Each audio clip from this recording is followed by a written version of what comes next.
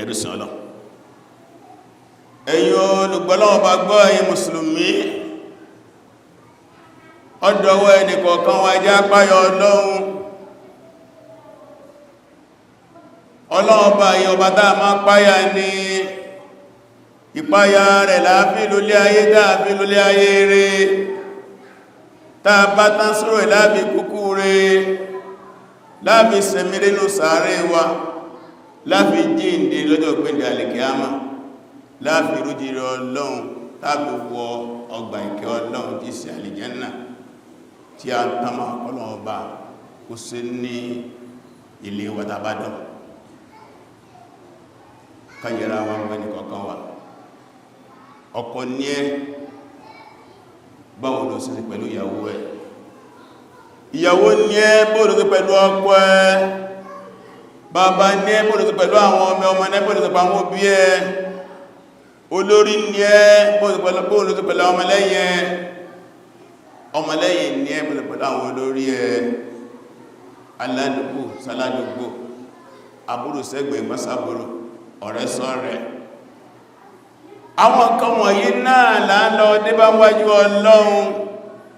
tí a bá lọ́wọ́ ó ṣe ìdájọ́ ǹdọ́fẹ́ ìdájọ́ lé lórí náà ǹdọ́fẹ́ ìdájọ́ lé lórí àwọn òfin Ọlọ́run tó làkà lórí àwọn nǹkan wọ̀nyí bó la ṣe tẹ̀lé sí orí tíjà tọ́lọ́fẹ́ dú lórí náà nìyẹn ìjẹ́ ń pè pàyọlọ náà nù ọ̀ràn ti pé ọlọ́mọ rí mi ọlọ́mọ wó mi kọmọ̀sá ṣe gbé kọmọ̀sá yọ sí abẹ́ọlọ́ọ̀bà Allah kó fi ẹ̀sìn rẹ̀ rọ̀ wá lọ́rùn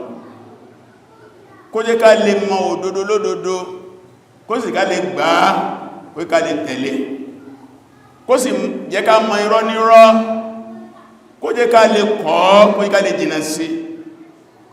ẹ̀rí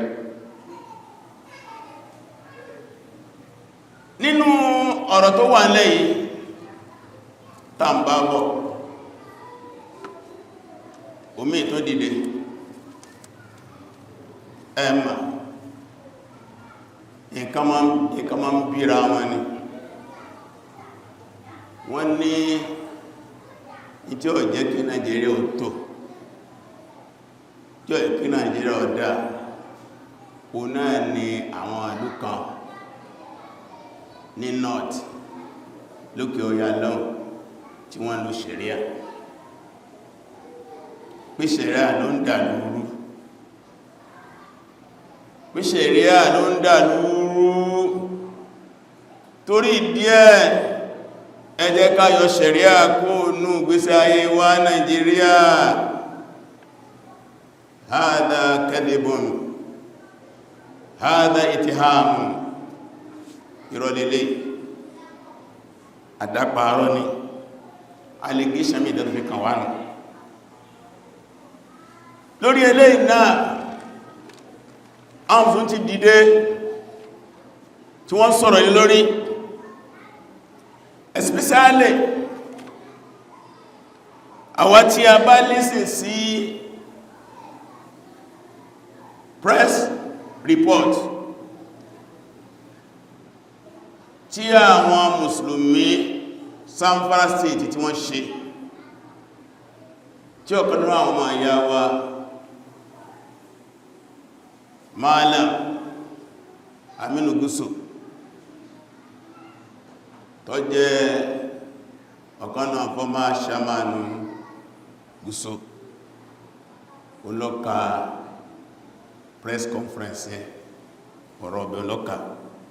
ní on the 6th tó sáájé tọ́lọ̀ lórí accusation pé ṣẹ̀ríà ló ń dá kan rú ní Nàìjíríà yìí pé ń gbà tí a ń lo ṣẹ̀ríà ní ló fà gbogbo àwọn ọ̀rọ̀ wọ̀nyí láti sọ lórí bá gbọ́dọ̀ tó máa yàn wọ́n ní tí náà bá tán lásọ ẹ̀jẹ̀ ò ní tálẹ̀ kaná bí náà bá tán lásọ ẹ̀jẹ̀ ò ní tálẹ̀ kaná ṣẹ̀ríà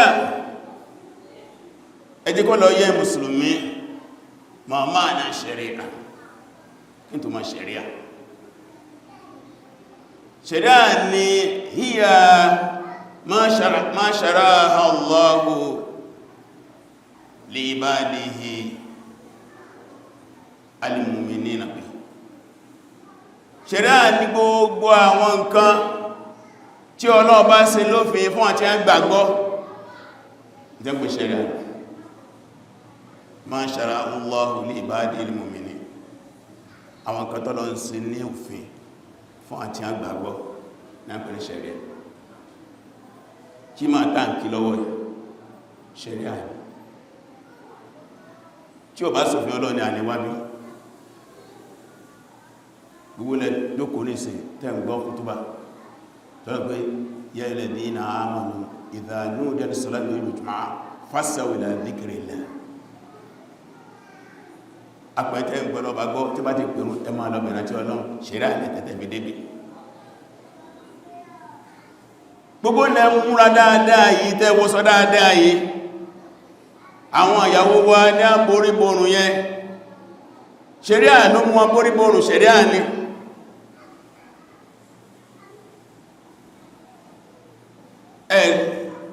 wákàtí márùn-ún àtàǹkí sharia ní Ramadan ló ń bọ̀ ní sókú bí oṣù méjì oní 21 Jumada Thaniya ní bí ọjọ́ bí mẹ́wàá sísìn àbọ̀sí Rajab lẹ́yìn Rajab bá mú Sha'ban lẹ́yìn Sha'ban tó Ramadan oṣù méjì ló kù káwẹ̀ wá dé káwà gbáwẹ̀ ọgbọ̀n bí mọ́kàndínlọ́gbọ̀n sharia ní ẹ̀tù wọ́n rí Ramadan ló ń bọ̀ yìí akótò nílò Mùsùlùmí wọ́n náà lọ Mọ́kà àwọn lọ sí umura sharia ní kò wá tó ní pẹ́ wọ́n ní iléyá ń bọ̀ Hájì ń bọ̀ agá lọ sí Mọ́kà wọ́n lọ sáájì sharia ní awakọ̀ wà ń lé a máa sọdúnlé sharia ní ọ̀lá ilé ìsìn agafẹ́sẹ̀ márèjì sharia ní agafẹ́sẹ̀ súnà ọmọ sharia ní kéèyàn wá jẹ́ ámú lọ́nà tọ́tọ́ sharia ní bó lè lè sì fẹ́ dà lórí ṣe ní ti jẹ́ sharia ní òfin Ọlọ́run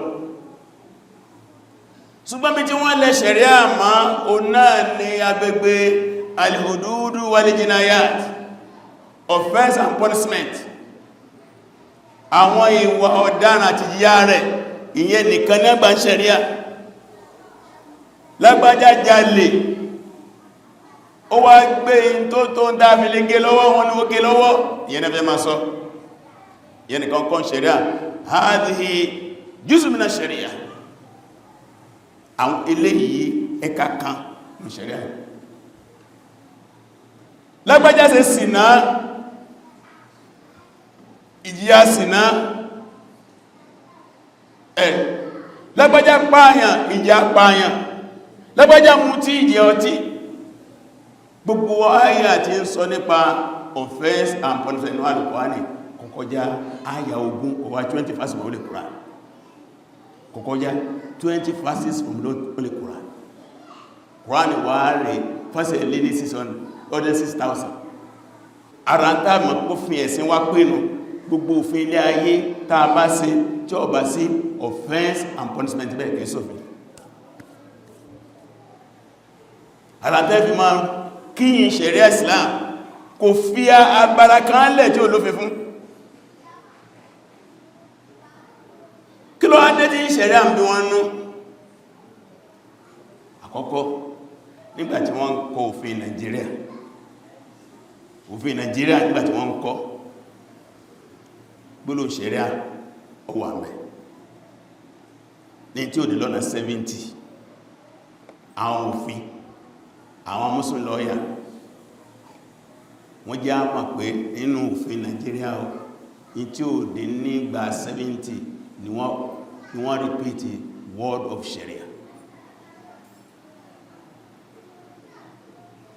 ìyẹn jẹ́ ìbínú kan náà pè ní Islamophobia ẹjá máa dẹ́rù Islam bá àwọn èèyàn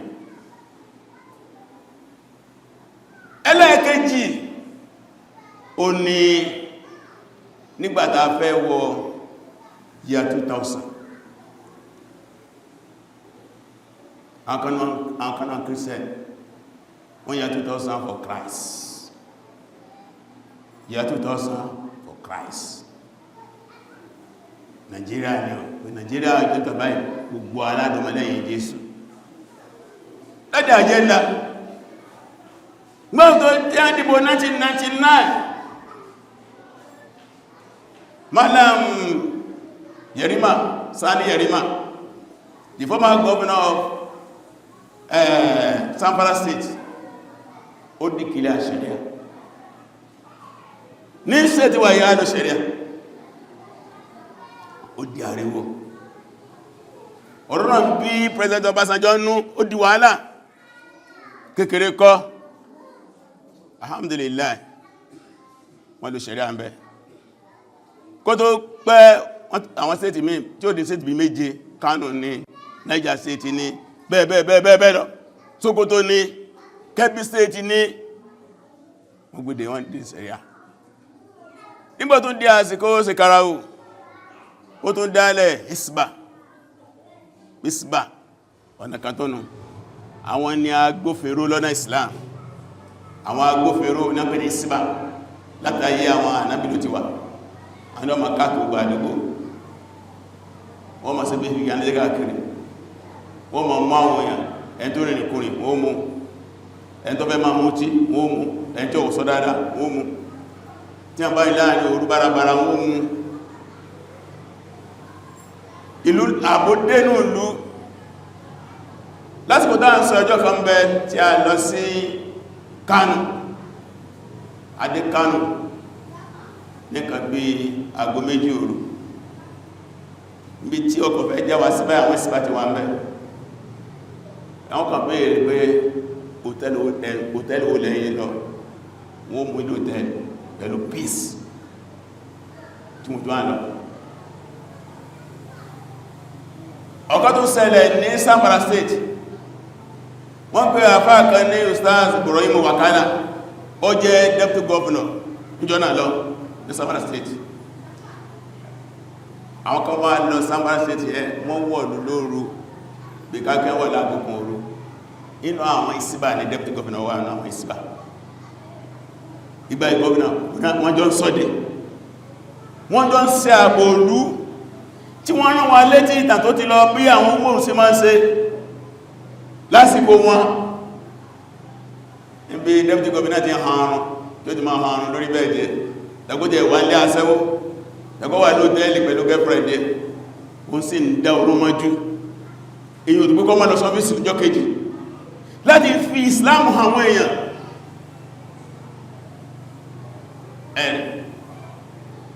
Torí díẹ̀ nǹkan kò mú ṣẹ̀rẹ́ sí ìdálù, ṣẹ̀rẹ́ àmá ń tó lò sí rí, tàbàgbà ṣẹ̀rẹ́ láyé bá ṣe rádàrá ẹ̀kọ́ lámà sí rádàrá. Bẹ́bá lọ Mákà ní sí ya máa ròyìn, Saudi Arabia àfọ̀kàlẹ̀ máa ń bẹ̀m̀bẹ̀ o, a ní ò tẹ́ sí wádà, kàlùkúsà lọ jẹ́ ṣẹ̀rẹ́ àlọ́fà ọlọ́pọ̀ olè wọ̀wàkùwà Saudi Arabia, ọmọ ọ̀nà tó wọ́n dá lẹ́fìrí táwọn èèyàn já náà mọ́tò ní ó tó ń tẹ bírèkì mọ́ gbá o, àwọn èsè sèré níbẹ̀yẹ tí wọ́n ọmọ ọ̀nà tó wọ́n dá. Torí díẹ̀ ṣe ìpé kẹ́nìkan sọ pé ṣẹ̀ríà ni ó ń dà lórí nìjọ sáàbọ̀, ìsọkúsọ ni, ẹ̀dá padà sí lẹ́nu. Fásitì ala dhikri in kuntum la ta'lamun, ọlọ́ni ẹgbẹ̀ ìrètẹ́ ẹ̀bá mọ̀ fún Ọlọ́run ló gbé ṣẹ̀ríà kalẹ̀ fún Ànábì sallallahu alaihi wasallam. Inú suratu Jathiyah, Quran chapter 45 ayah 18, lọ́sùmọ̀ ja'alnaka ala shari'atin min al-amr, ọlọ́láwọ̀ Ọlọ́run la gbére Ànábì lórí ṣẹ̀ríà, àṣẹ àwọ̀ Ọlọ́run bá ní fattabi'ha oníkọ́ tẹ̀lé o,